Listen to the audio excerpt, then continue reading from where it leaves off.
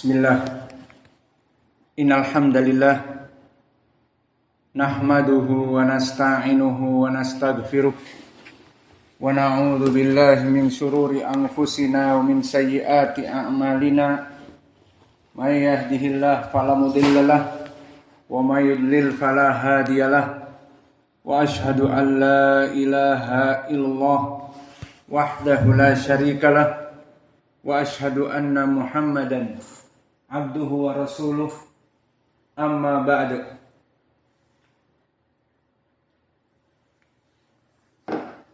Alhamdulillah, fi hadzal yaum, yaumul tsulatsa 17 Oktober 2023, kita lanjutkan kajian di Fakultas Ilmil Hadis dalam pembahasan kitab Dhawabitul Jarh wa Ta'dil, tentang permasalahan kaidah-kaidah yang berhubungan dengan ilmu jarh wa ta'dil. Maka ilmu ini adalah dari cabang ilmu hadis, yang mana kita mempelajari permasalahan ini agar kita bisa bersifat insaf dan adil dalam menghukumi rawi. Di mana rawi dhaif, di mana rawi thiqah, maka itu semuanya mempunyai kaidah. Dan agar kita menjadi insaf, tidak mendhaifkan rawi yang thiqah karena hawa nafsu kita, apalagi dakwah di zaman now, sebagian dai yang mempunyai iri dan dengki kepada saudaranya akan menjarah saudaranya agar dijauhkan dari dakwah tanpa al-insaf. Yang penting untuk menjatuhkan dan menjegal, dan tidak sungkan-sungkan disampaikan kepada para masyayikh agar para masyayikh pun menghukumi, karena mereka juga manusia misalnya.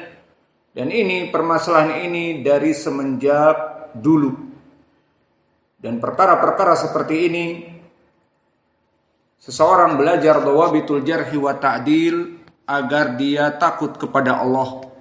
Itu faedahnya di saat dia menjarah dan dia mentausik. Tidak sesuai hawa nafsunya, tetapi mengikuti dhawabit yang ada. Maka kita masuk kepada bab setelah kita membahas tentang al-adalah dan tentang dhabt, dibagi menjadi dua, dhabtul kitab dan dhabtus sadr. Maka berkata penulis, ma yakhruju bi ta'rifil adl wa ishtiratil dhabt. Pembahasan tentang apa-apa yang keluar dari seseorang dihukumi mempunyai adalah, dan seseorang perawi dihukumi tidak mempunyai al-dhabt ataupun hafalan. Maka di dalam bab ini tentunya kita akan membahas permasalahan yang keluar dari permasalahan al-adalah dan dhabt.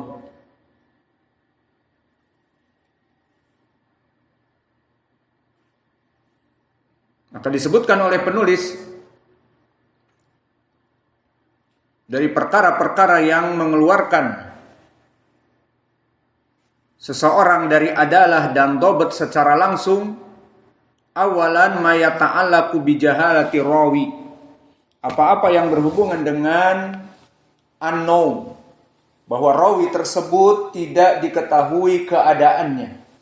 Maka ini jelas seorang rawi yang tidak diketahui keadaannya kita hukumi dengan dhaif. Kenapa? Karena seseorang rawi dihukumi dia thiqah, dihukumi hafalannya imam, dihukumi hafalannya pas-pasan saduq hasanul hadis, bahkan dihukumi dengan dhaif ataupun dhaifun jiddan, itu jika diketahui keadaannya.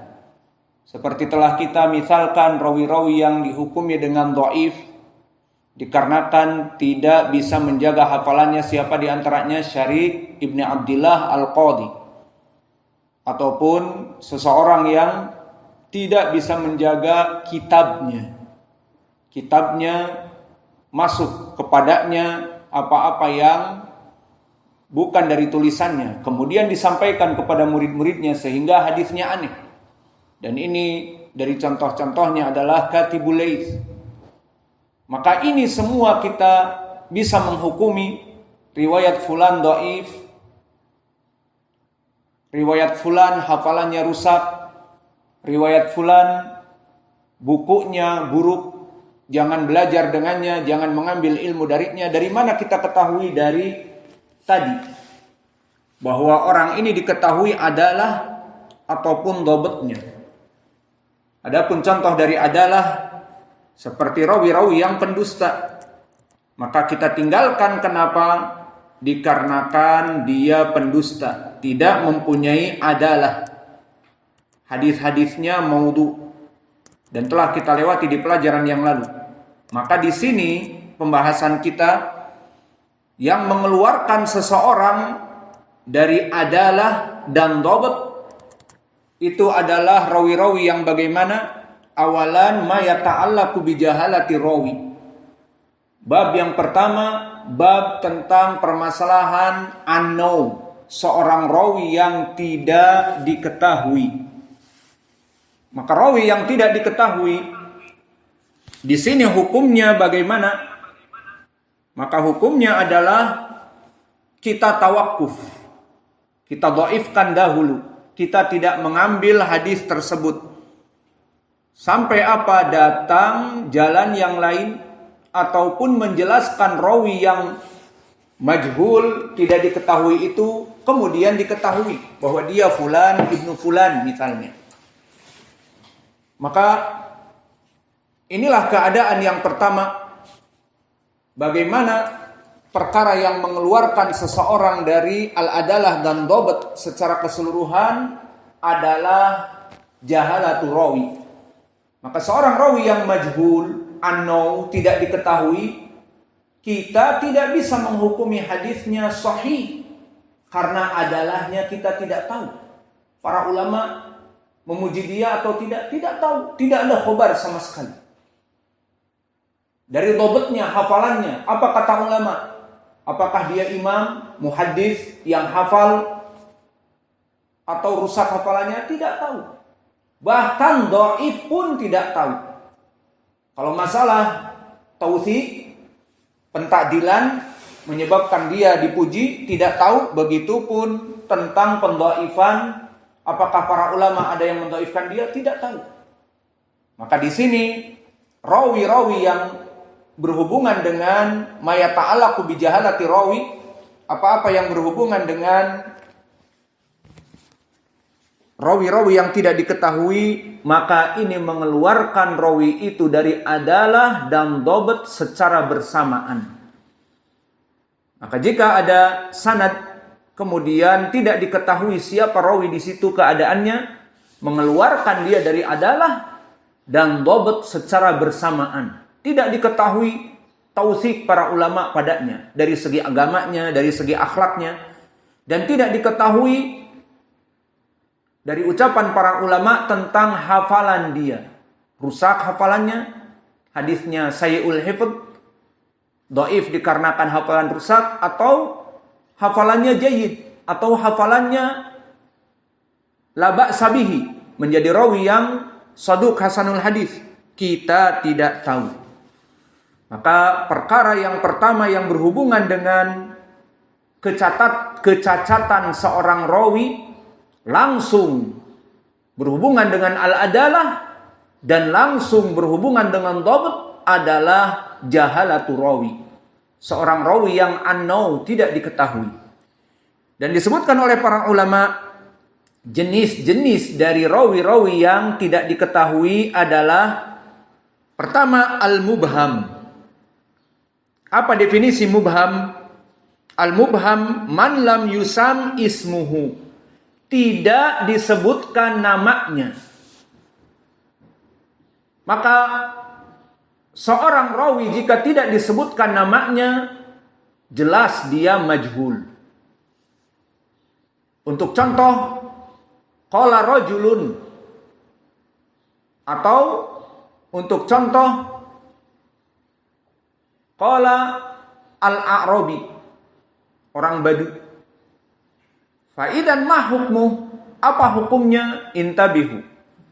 Hukmu al-mubham, definisinya mubham adalah man lam yusam, orang yang tidak disebutkan namanya. Fa hukmuhu yang qasimu ila qismain. Al-qismul awal al-mubham huna sahih, dihukumi dengan sahih. Mada yakunu hada al-mubham hukmuhu sahih? Awalan idza kana minas sahabah, jika dia itu mubham dari sahabat. Dan berapa banyak mubham di dalam hadis Al-Bukhari dan Muslim yang sahih dari sahabat. Qala rajulun minal ansar, qala rajulun min ashabi Rasulillah sallallahu alaihi wa ala alihi wasallam, qala al-a'rabi, hadal a'rabi yaqul ya Rasulullah. Berarti al-a'rabi, Badui yang tinggal bersama di zaman Nabi dan datang kepada Nabi. Maka mubham seperti ini tidak diberikan namanya, tetapi rajulun minal ansor, seseorang datang dari ansor, dan rajulun datang dari Badui, dinamakan al-a'rabi, yang menceritakan dia bertanya kepada Nabi dan sebagainya. Maka nama-nama perempuan pun an zaujatin Nabi, dari istri Nabi. Siapa istri Nabi? Tidak tahu namanya. Namun bagaimana meskipun istri Nabi diterima? Maka al-mubham di jabatan sahabat fala tadur, tidak memberikan keburukan kepada sanad. Karena apa? Karena mereka telah ditaufik oleh Allah baik di Al-Quran ataupun di hadis. Adapun Al-Quran kama qala ta'ala, kuntum khaira ummatin ukhrijat linnas, kalian adalah sebaik-baiknya manusia di kolong jagat, yang dikeluarkan untuk manusia. Maka telah ditafsirkan oleh Abu Hurairah, diriwayatkan oleh Imam Al-Bukhari, antum khaira ummatin, kuntum khaira ummatin ukhrijat linnas, ay antum ayuhas sahabah afdalun nas linnas. Maka kalian wahai para sahabat sebaik-baiknya manusia yang Allah ciptakan untuk kebaikan manusia yang lain. Maka ini tafsir dari ayat kuntum khaira ummatin ukhrijat linnas. Bukan seperti tafsiran orang Jama'atut Tabligh, ayo khuruj usbu salasa ayyam, khuruj 1 bulan, khuruj 40 hari. Taib, khuruj kemana? Dakwah. Taib, kita juga dakwah tiap hari, bahkan sudah bertahun-tahun kita dakwah. Maksudnya bagaimana? Keluar dari rumah, melaksanakan dakwah seperti ala mereka, berputar-putar dengan masjid ke masjid, membawa kompor, membawa sleeping bag, dan sibuk dengan itu. Dohirnya tanpa belajar dan sebagainya. Direkrut orang-orang yang baru, kemudian disuruh khuruj. Dibatasi 3 hari, sepekan, 1 bulan, 3 bulan, 4 bulan. Dan kalau sudah berputar-putar berdakwah di IPB, bukan Institut Pertanian Bogor, tetapi IPB India, Pakistan, dan Bangladesh. Meskipun dia putar-putar saja, selama 4 bulan di sana, pulang digelari ya Maulana. Maka barang siapa yang ingin digelari ya Maulana, maka dia melaksanakan pergi ke IPB. Bukannya naik haji, bukannya umroh ke negeri Arab, tetapi ke negeri orang ajam. Alhasil, maknanya kuntum khaira ummatin ukhrijat linnas adalah pendalilan kalian sebaik-baiknya manusia. Dan juga di dalam surat Taubah, wasabiqunal awwalin minal muhajirin wal ansar waladina taba'ahum bi ihsanin radhiyallahu anhum wa radu'an wa adalahum jannatin tajri min tahtihal anhar.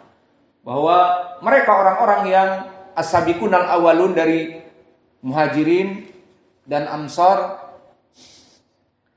nulis bengong, maka mereka itu diridhoi oleh Allah dan Allah ridho kepadanya dan dimasukkan kepada surga kelak.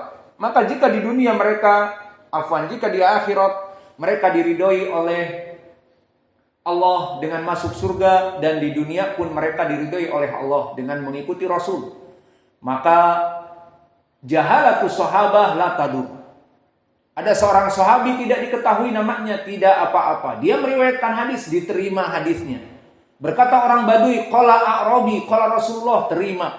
Siapa orang Badui itu kita tidak mengetahuinya, semuanya diterima selama dia sahabat.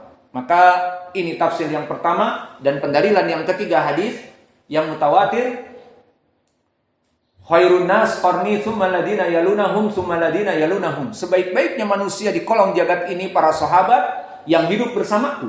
Kemudian setelahnya tabi'in, dan kemudian setelahnya itba'at tabi'in. 3 pendalilan di Al-Qur'an dan sunnah ini menjadi pendalilan bahwa al-mubhamat, ja'a rajulun minal ansar, ja'a rajulun min ashabin Nabi sallallahu alaihi wasallam, qala rajulun minal a'rab, dan seterusnya selama dia sahabat diterima